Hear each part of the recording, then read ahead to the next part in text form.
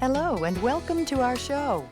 If you're watching this tape, it's a safe bet that you're interested in Armstrong laminate flooring. Maybe you've already bought your new laminate flooring. If you have, terrific choice. Armstrong laminate flooring is a great product from a name you know you can trust. But before we get more familiar with laminate flooring and how to install it, we'd better orient you to this tape. We've tried to make it easy for you to find your way through this tape by breaking it into segments. Each segment has a numbered, color-coded, geometric shape so you can find it easily. And there's a visible time reference in the corner to guide you.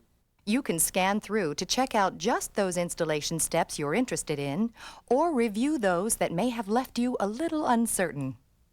If you're using Armstrong laminate flooring with the unique new locking system, you won't need glue for most installations. You'll want to review the first 9 segments and then skip ahead to segment 11. In any event, it's all here. Everything you need to know to install your new laminate floor. And won't it be nice to be able to say you did it yourself?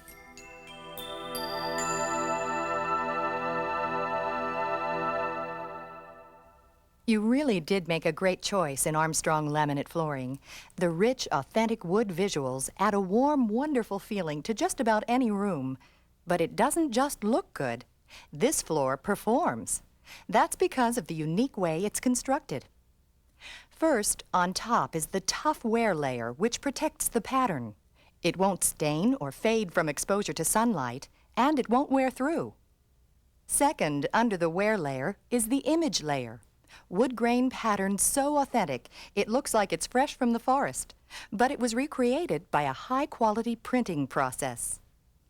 Third, under the pattern is a high-density fiberboard core that provides dimensional stability and helps resist gouging and indentation. And fourth is the backing, a balancing layer that resists moisture and keeps the Armstrong laminate flooring flat. Armstrong laminate flooring will stand up to the everyday disasters your family dishes out and keep its rich wood grain appearance for years and years.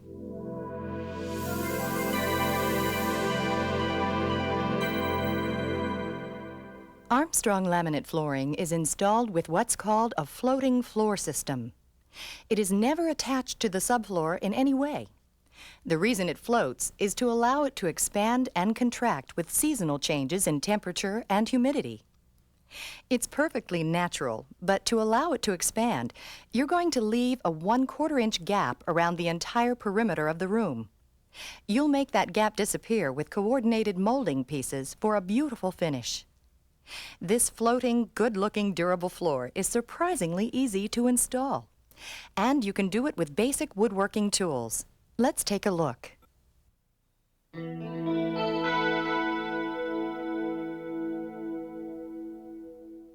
You'll want to have everything you need before you begin installing your new floor.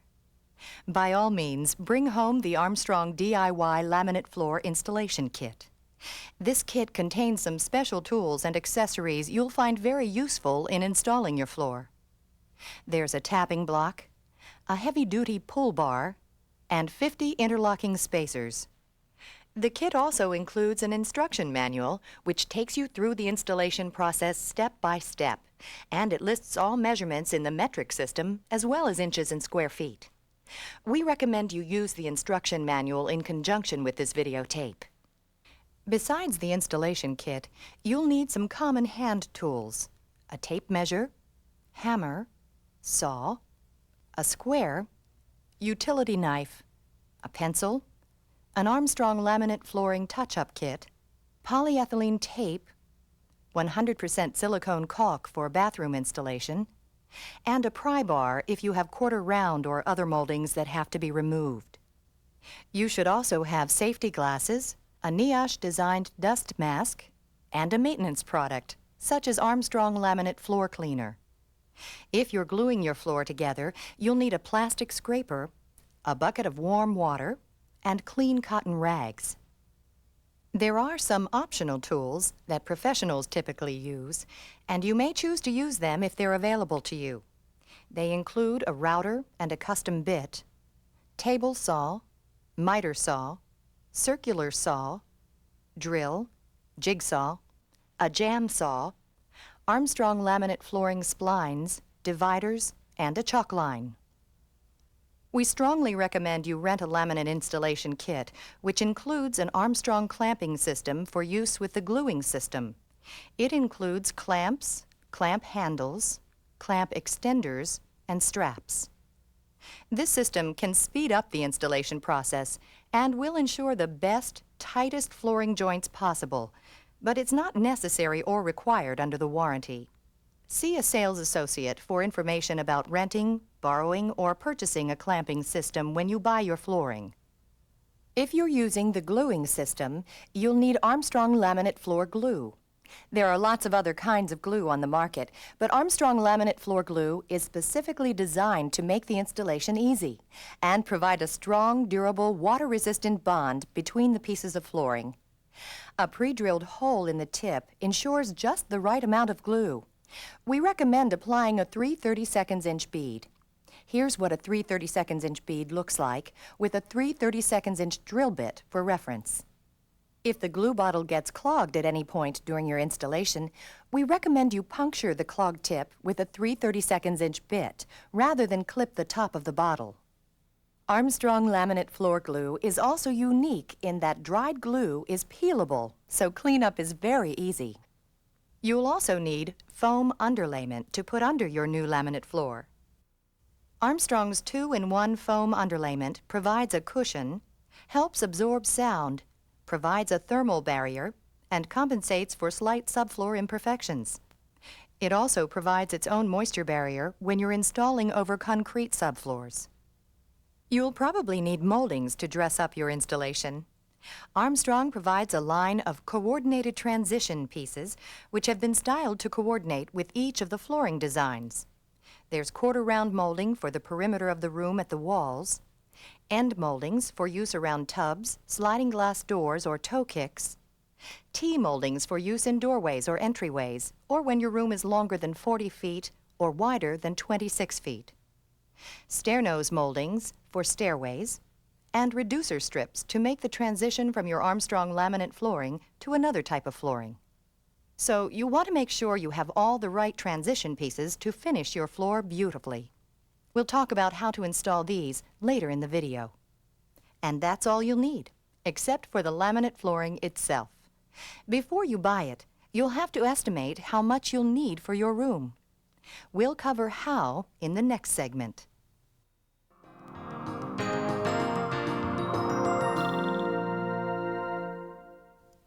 To determine how much Armstrong laminate flooring material to buy, begin by taking the measurements of the room in which you plan to install it and converting those measurements into square feet. Take that number and divide it by the square footage contained in a single box of Armstrong laminate flooring. That's usually 21, but check your carton. Once you have that number, round up to the nearest whole number and then add one more box for every 200 square feet of flooring. Rolls of foam cover 100 square feet. Bottles of glue also cover 100 square feet in a standard installation. There is very little waste in a laminate flooring installation, but you will need a little extra flooring material. That extra carton per 200 square feet should cover it.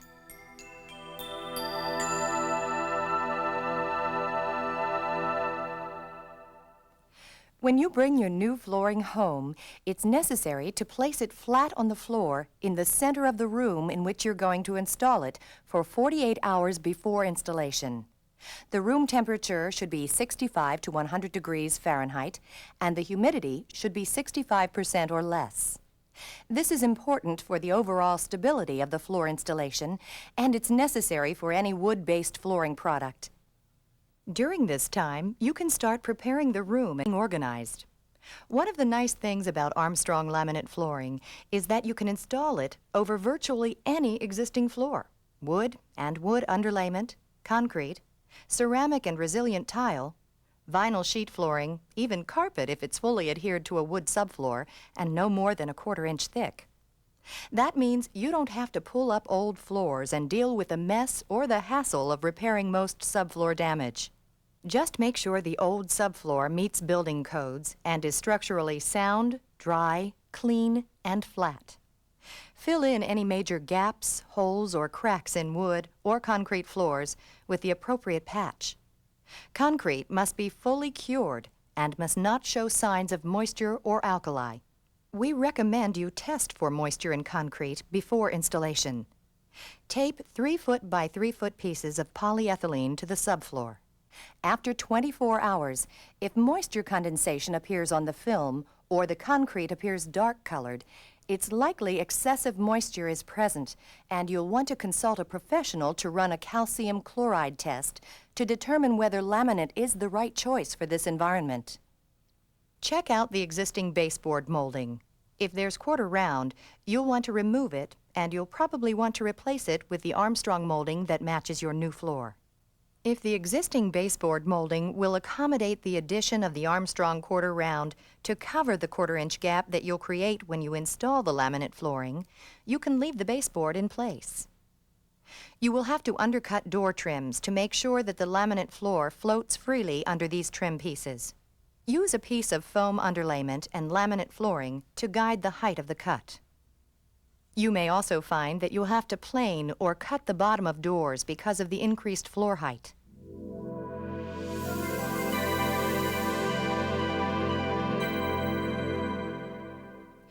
Okay, after you've cleaned up any dirt and debris and let the flooring materials acclimate for 48 hours, you're ready to begin the installation.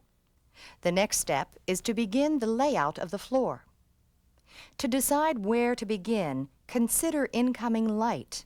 It is usually best to install Armstrong laminate flooring with the planks running parallel to light coming in windows or glass doors. For any installation, the starting wall should be long and as straight as possible. So, find the longest, straightest wall parallel to the incoming light, and that's where you'll begin.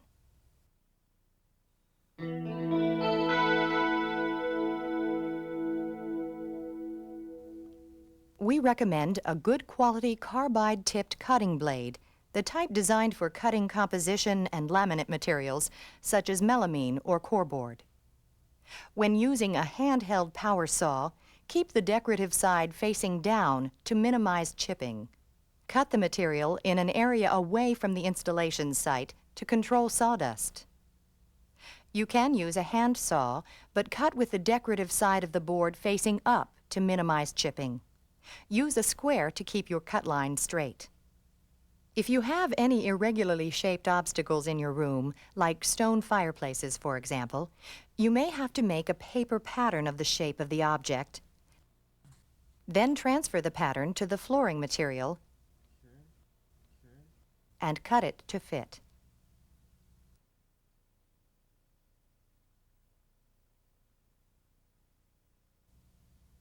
Pipes passing through the floor are no problem either. If the pipe is near the end of a board, measure, locate, and cut a hole 1/2 inch larger than the pipe. Cut across the board through the center of the hole. Glue the pieces in place.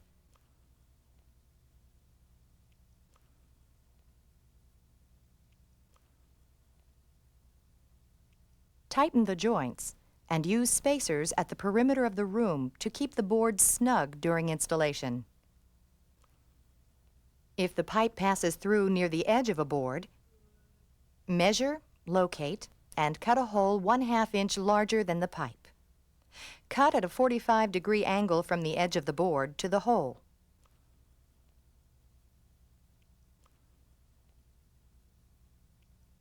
And glue the pieces in place. Tighten the joints and use spacers at the perimeter of the room to keep the board snug during installation.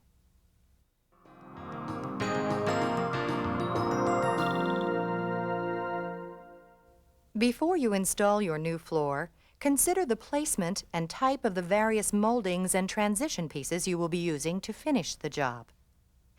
Using quarter round doesn't require any pre-planning, but in areas like against a tub or under toe kicks where you will install end molding, you'll need to expand the gap from a 1/4 inch to 1/2 of an inch. This is because the foot of the end molding is a 1/4 inch thick, and it will fill a 1/4 inch gap, leaving no room for expansion. Simply use 2 1/4 inch spacers at these locations to allow for this molding. In places where your laminate floor will transition to another kind of flooring, you'll need a reducer strip. Take a piece of wood about 1½ inch by 1/2 inch, cut it to length, and temporarily fasten it in place. As you install Armstrong laminate flooring, place spacers against this piece of wood, creating a 1/4 inch gap as you did at the walls.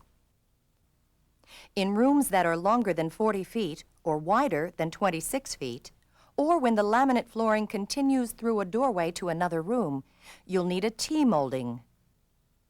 Take a piece of wood about 1 inch by 1/2 inch, cut it to length, place it directly against one side of the flooring, and fasten it in place.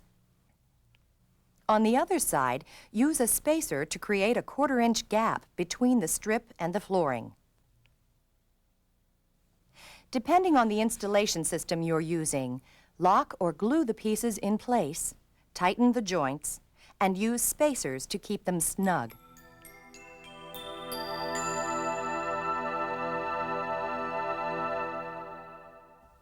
You'll want to avoid narrow pieces at the finish wall. Check it out by measuring the distance between the start and finish walls. Divide the distance by the width of your flooring. That's normally 7½ inches, but check your carton for dimensions. If the remainder is less than 2½ inches, cut off 2½ inches from the width of each board in the starting row. Roll out a strip of underlayment foam along the starting wall and cut it to length. We're using Armstrong 2-in-1 underlayment. You'll roll out additional pieces of foam as the installation progresses, being careful not to overlap the edges of the foam. Over concrete, seal against migrating moisture by taping the seams of the 2-in-1 foam underlayment with 2-inch wide polyethylene tape.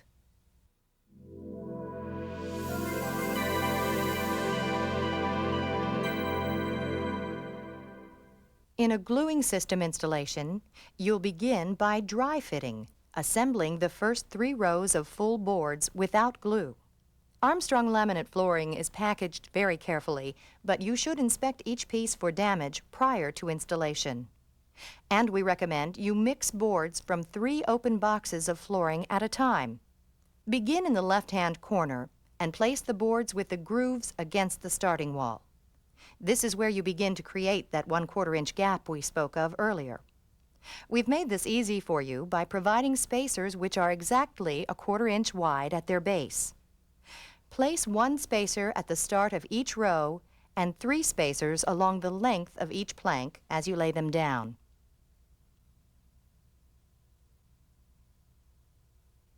Continue laying pieces in the first row until you come to the end. You'll almost certainly have to cut this last piece. Measure the space. If the distance is less than 12 inches, go back to the first plank in the row and cut off 12 inches. Reposition the pieces in the row and then remeasure. Subtract a 1/4 of an inch for the gap on that side and mark the board with a pencil and a square. Cut off the last piece in the first row, put it in place, and insert a 1/4 inch spacer to keep the whole row snug. Don't worry if the gap is a little more than a 1/4 of an inch. You can use 2 spacers together, lying on their sides as a wedge to keep the whole row together. Wall irregularities greater than a 1/2 inch require cutting the first row of boards to fit the contour of the wall. Use a dividers set to 1 inch or a spacer to mark the contour on the board.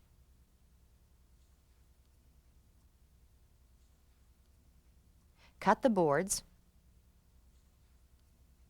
position them, pull the last piece in place, and use a spacer or 2 to keep it snug. You may be able to start the next row with the remaining piece from the first row. But if a plank is less than 12 inches, it's best to cut a new board in half and continue on. See why we told you to get a few extra pieces? Remember, we're not using glue at this point, so continue to dry fit the pieces in the second and third rows. Dry fitting is critical to a quality installation. It gives you a chance to visualize and adjust the layout before applying glue. If you have to, adjust the layout so the joints are staggered pleasingly and so the cut end pieces are not too small.